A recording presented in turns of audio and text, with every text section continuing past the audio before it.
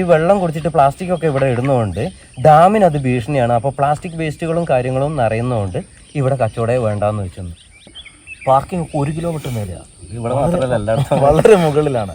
Very plus, നല്ല climate ആണ്, നല്ല ആളുകളാണ്. അബ്സല്യൂട്ട്ലി വളരെ നല്ല ആളുകൾ. ഓക്കെ, ഇതിനൊക്കെ വെച്ചിട്ട് ടൂറിസത്തിനെ ശരിക്കും പ്രൊമോട്ട് ചെയ്ത് ശ്രമിച്ചു കഴിഞ്ഞാൽ എല്ലാവരും കൂടി ശ്രമിച്ചിട്ടുണ്ടെങ്കിൽ കൊണ്ടുവരാം. ടൂറിസം അങ്ങോട്ട് ഡൗൺ ആയതോടുകൂടി എല്ലാ മേഖലയും ഡൗൺ ആയി. Make many people's life better, right?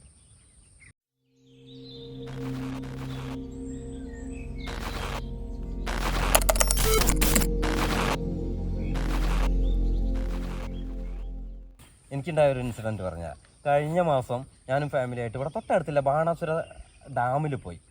അപ്പം അവിടെ പോയി ഞാനും മക്കളൊക്കെ ആയിട്ട് പോയി. അപ്പം കുറച്ച് നടക്കണമല്ലോ മേലേക്കെത്താണ്. അപ്പം പിന്നെ മേലേക്ക് അത്രയും വെയിലൊക്കെ കൊണ്ട് അവിടേക്കുള്ള ഷട്ടിൽ സർവീസ് വണ്ടി ഉണ്ട്, പക്ഷെ അത് കുറച്ച് തിരക്കായത് കാരണം നമ്മൾ നടക്കാമെന്ന് വെച്ച് നടന്ന് മേലേക്കെത്തി അവിടെ എത്തിയപ്പോഴേക്കും അപ്പോൾ കൂടി വെയിൽ കൊണ്ട് തളർന്ന് കുറച്ച് വെള്ളം കുടിക്കാൻ വിചാരിച്ച് കുറേ കടകളുണ്ടായിരുന്നല്ലോ അവിടെ, അത് പ്രതീക്ഷിച്ചിട്ടാണ് പോകുന്നത്. അവിടെ എത്തി നോക്കുമ്പോൾ ഒറ്റ കടകൾ തുറന്നിട്ടില്ല. അപ്പോൾ വീണ്ടും ഞാൻ അവിടുത്തെ 1-2 സ്റ്റാഫിനെയൊക്കെ കണ്ട് ചോദിച്ചു, ഇതെന്താ ഇത് തുറക്കാത്തത്? കാരണം ഐസ്ക്രീം, വെള്ളം ഇതൊക്കെ ഉണ്ടാകുന്നതോ. അത്രയും ആളുകൾ അവിടെ ബുദ്ധിമുട്ടുന്നുണ്ട്. എല്ലാവരും വെള്ളം എന്ന് പറഞ്ഞ് എൻ്റെ മക്കളൊക്കെ ഇങ്ങനെ വെള്ളം കിട്ടുമെന്ന് ചോദിച്ച് കിടക്കുന്നുണ്ട്. അപ്പോൾ ആകെ ഫെഡപ്പായി ചോദിച്ചപ്പം അവിടെ നിന്ന് എനിക്ക് കിട്ടിയ ഉത്തരം എന്താണെന്ന് വെച്ചിട്ടുണ്ടെന്നുണ്ടെങ്കിൽ ഈ കടകളെല്ലാം ഗവൺമെൻറ് പൂട്ടിച്ചതാണെന്ന് പറഞ്ഞു. ഞാൻ ചോദിച്ചാൽ എന്തിനെന്ന് ചോദിച്ചു. അപ്പോൾ ഇവർ പറയുന്നൊരു കാരണം എന്താണെന്ന് വെച്ചിട്ടുണ്ടെങ്കിൽ ഇവിടെ എല്ലാം ഈ വെള്ളം കുടിച്ചിട്ട് പ്ലാസ്റ്റിക് ഒക്കെ ഇവിടെ ഇടുന്നതുകൊണ്ട് ഡാമിന് അത് ഭീഷണിയാണ്. അപ്പോൾ പ്ലാസ്റ്റിക് വേസ്റ്റുകളും കാര്യങ്ങളും നിറയുന്നതുകൊണ്ട് ഇവിടെ കച്ചവടമേ വേണ്ടാന്ന് വെച്ചു. അട്ടർ ബോൾഷീറ്റ് അല്ല. ഇത് നമ്മൾ പണ്ടത്തെ ഒരു പഴഞ്ചൊല്ലില്ലേ, എലിയെ പിടിച്ചിടുക എന്ന് പറഞ്ഞത്. അപ്പൊ അതിനുള്ള മെഷേഴ്സ് കൊണ്ടുവരാൻ വേണ്ടത്. പിന്നെന്താ, നമ്മളിപ്പോ ഡസ്റ്റ്ബിന്നും അതിനുള്ള ക്ലീനിങ് സ്റ്റാഫിനെ വെച്ച് പിന്നെ വരുന്ന കൂടുതൽ ടൂറിസ്റ്റുകളെ അട്രാക്ട് ചെയ്തുകൊണ്ട് അവർക്കുള്ള സൗകര്യങ്ങൾ ചെയ്തു കൊടുത്തിട്ട് അവരാൽ ഉണ്ടാവാൻ സാധ്യതയുള്ള ബുദ്ധിമുട്ടുകളെ കുറിച്ച് ബോധവൽക്കരിച്ച് പിന്നെ അതിനും മീതെ അവരെന്തെങ്കിലും ചെയ്യുന്നുണ്ടെങ്കിൽ, ഇപ്പോൾ പ്ലാസ്റ്റിക് ഇടുന്നുണ്ടെങ്കിൽ അതിനെ നിർമ്മാർജ്ജനം ചെയ്യാനുള്ള വഴികൾ ഉണ്ടാക്കുക വേണ്ടത്. അടച്ചു പൂട്ടിട്ട് ഇപ്പോൾ ഒരിക്കൽ പോയാൽ പിന്നെ വീണ്ടും പോകില്ല. ഇപ്പം ഞാൻ ഇതുപോലെ ഒരു last month we went to നമ്മളെ പൂക്കോട് ലേക്കിൽ പോയി ഫാമിലിയായിട്ട്. അപ്പോൾ അവിടെ പോയിട്ട് എന്താ, എനിക്ക് അതിൻ്റെ ജിയോഗ്രഫി അറിയില്ല, എന്താണ് അതിന് അവിടെ അറേഞ്ച് ചെയ്യാൻ പറ്റുന്നുള്ള കാര്യം. പക്ഷേ പാർക്കിംഗ് 1 കിലോമീറ്റർ മേലെയാണ്. ഇവിടെ മാത്രമല്ല എല്ലായിടത്തും വളരെ മുകളിലാണ്. അപ്പം ഞങ്ങൾ കയറിപ്പോയി വൈകുന്നേരമാണ് പോയിട്ട് പാർക്കിങ്ങും ഈ പറഞ്ഞ സ്ഥലത്തേക്ക് വരാൻ ഡിസ്റ്റൻസ് കണ്ടപ്പോൾ തന്നെ ഏകദേശം 1.5 കിലോമീറ്റർ നടക്കണം. നമ്മൾ നേരെ തിരിച്ച് ചുണ്ടൽ വഴി തിരിച്ചിങ്ങോട്ട് വരിക ചെയ്തത്. ഓക്കെ, അപ്പോൾ നമ്മൾ ഇതിനൊക്കെ ഒരു വഴി ഉണ്ടാക്കണം. ടൂറിസത്തിന് ആക്ച്വലി പ്രൊമോട്ട് ചെയ്ത് കഴിഞ്ഞാൽ ഒരുപാട് സാധ്യതകളുള്ള ഒരു ഡിസ്ട്രിക്റ്റാണ് വയനാട്. ക്ലൈമറ്റ് വൈസും പിന്നെ വെരി പ്ലസ്, നല്ല ക്ലൈമറ്റ് ആണ്, നല്ല ആളുകളാണ്. അബ്സല്യൂട്ട്ലി വളരെ നല്ല ആളുകൾ. ഓക്കെ, നോർത്ത് കേരളയിലാണ് പിന്നെ വയനാട് എന്ന് പറയുന്ന കാര്യം. വയനാട് എന്ന് പറയുന്ന ഡിസ്ട്രിക്ട്, റൈറ്റ്? ഇവിടുത്തെ ആൾക്കാർ ഇത് ഇപ്പോൾ കുറച്ച് കാലമല്ല ഞാൻ അവിടെ താമസിക്കാൻ തുടങ്ങിയിട്ട് വളരെ ഫ്രണ്ട്ലി, വളരെ കോഓപ്പറേറ്റീവ്. ഞാൻ പഠിച്ചതും വളർന്നതൊക്കെ നോർത്ത് കേരളയിലാണ്, കണ്ണൂർ ഡിസ്ട്രിക്റ്റിലായിരുന്നു. അപ്പോൾ ഈ നമ്മൾ കൊച്ചി അല്ലെങ്കിൽ തെക്കോട്ട് പോകുമ്പോൾ അല്ല ഇവിടെ. ഞാൻ ആരെയും മോശം പറയില്ല, പക്ഷേ ഇവിടെയുള്ള ആൾക്കാർ എന്ന് വെച്ചിട്ടുണ്ടെങ്കിൽ അത്രയും കോഓപ്പറേറ്റീവ് ആയിട്ടുള്ള ആൾക്കാർ, നന്മ മനസ്സിലാക്കിയിരിക്കുന്ന ആൾക്കാരാണ്. ഓക്കെ, ഇതിനൊക്കെ വെച്ചിട്ട് ടൂറിസത്തിനെ ശരിക്കും പ്രൊമോട്ട് ചെയ്ത് ശ്രമിച്ചു കഴിഞ്ഞാൽ എല്ലാവരും കൂടി ശ്രമിച്ചിട്ടുണ്ടെങ്കിൽ കൊണ്ടുവരാൻ പറ്റും.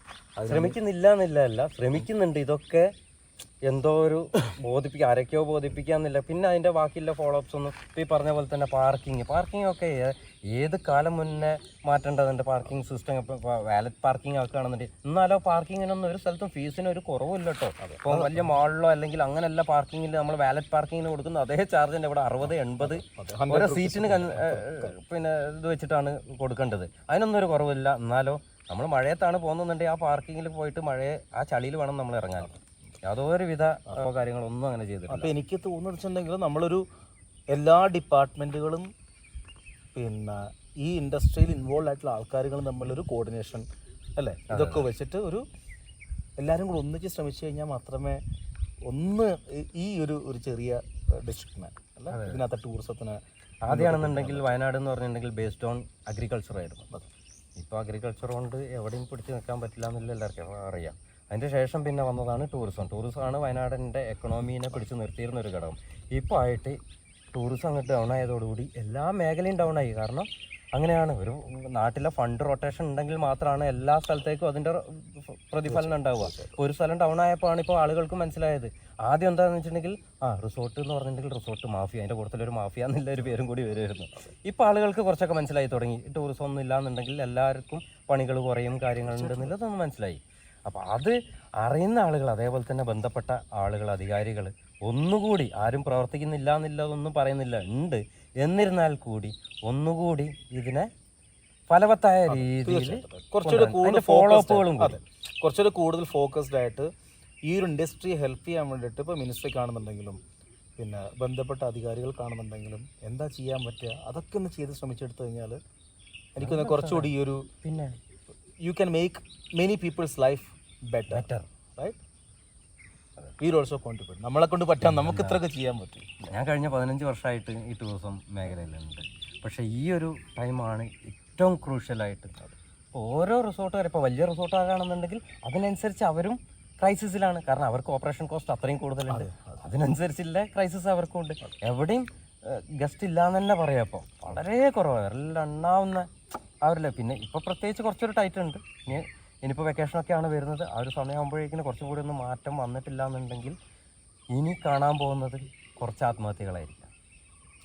ഷുവർ ആ ഒരു ലെവലിലേക്കാണ് കാര്യങ്ങൾ പോകുന്നത്. കാരണം എല്ലാവരും ബാങ്ക് ലോണും കാര്യങ്ങളും ഇതിലൊക്കെ തന്നെയാണ് ഓടിക്കൊണ്ടിരിക്കുന്നത്.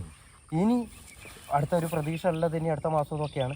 ഇനിയും അതൊന്നും മര്യാദയ്ക്കായിട്ടില്ല എന്നുണ്ടെങ്കിൽ ഇനി കാണാൻ പോകുന്ന ഇതുവരെ കർഷക ആത്മഹത്യകളായിരുന്നു കണ്ടിരുന്നെന്നുണ്ടെങ്കിൽ ഇനി ടൂറിസം എൻ്റർപ്രണേഴ്സ് ആയിരിക്കും ഇനിയത്തെ കയറെടുക്കാൻ നിൽക്കുന്ന ആളുകൾ. ഇതാണ് ഞാൻ മനസ്സിലാക്കിയ ഒരു കാര്യം. അങ്ങനെയൊന്നും സംഭവിക്കാതിരിക്കട്ടെ എന്ന് പ്രാർത്ഥിക്കല്ലാതെ. തീർച്ചയായിട്ടും അതെ. നമ്മളെ കൊണ്ട് പറ്റുന്ന പോലെ കോൺട്രിബ്യൂട്ട് ചെയ്യുക, സപ്പോർട്ട് ചെയ്യുക. അതെ, ഓക്കെ. പിന്നെ ആൾക്കാരാണെന്നുണ്ടെങ്കിലും വയനാട്ടിലേക്ക് വരാൻ വേണ്ടിയിട്ട് മടിക്കാണ്ടിരിക്കുക. കണ്ട പോലെ ഒന്നും അല്ല, കണ്ട പോലെ കേട്ട പോലെ ഒന്നും അല്ല. വൺ എക്സ്പീരിയൻസ് ചെയ്യുക.